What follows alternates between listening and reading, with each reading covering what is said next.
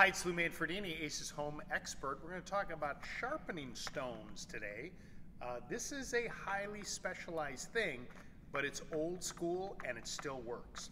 Now, a sharpening stone is many different sizes that you can buy depending on what it is you're going to be sharpening.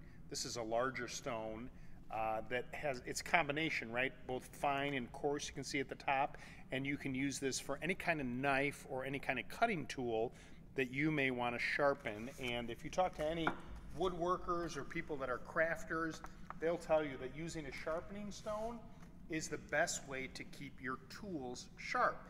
And it kind of goes against the way of how you would think, but a sharp tool is a safer tool, because when it's sharp and it's able to do whatever project you're doing, chiseling or using a knife, you don't have to apply extra amount of pressure to get the job done, which can lead to accidents. And so with a sharpening stone like this, you'll see, as I mentioned, it's a two-sided stone.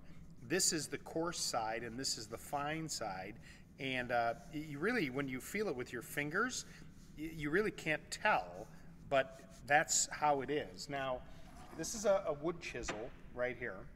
And you'll see when you look at a wood chisel, there's kind of an angle to it. And that angle is called the pitch. And that pitch is important when you're sharpening a chisel like this, because you want to try and maintain that. And so when you're using a sharpening stone, you want to be very careful. You want to have the right size stone. You never want to put your hand in front, because with a chisel, you're going to match that pitch. You see how you can rock back and forth? And then you're going to hold the back with your thumb, and you're going to drive that forward on the coarse side first. And the whole idea is you really want to maintain that pitch and that level coming across. With a chisel, when you use it, and you're using it just on wood, even with wood, sometimes you can get little nicks on the blade like this, and what you're trying to do is eliminate those nicks rather. Then you come over to the fine side, and the same thing, you got to set that pitch, and you're going to slowly come across to really try and take your time. If you'll notice, when you look at any kind of videos about people sharpening and using a stone, they're really not going super fast. They're taking their time to get that nice edge like this. Kind of interesting for me, my grandfather was someone that did a lot of sharpening of chisels in the masonry world, and he used to use a sharpening stone much like this, although a lot older.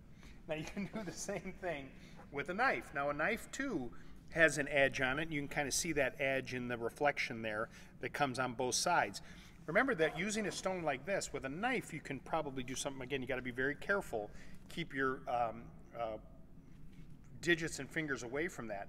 But you're going to slowly take that across on an angle away from you to kind of get that edge going. And on the fine side with a knife like this, it's good. Now, try and avoid ever drawing something towards you, because if you slip, that's where you could cause a problem.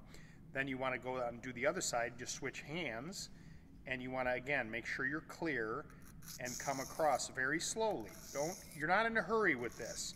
And if you go nice and slow and you get that really sharp edge on a blade like this and you clean that up, you'll have tools that are sharp, ready to work, and as I mentioned, a sharper tool is a safer tool.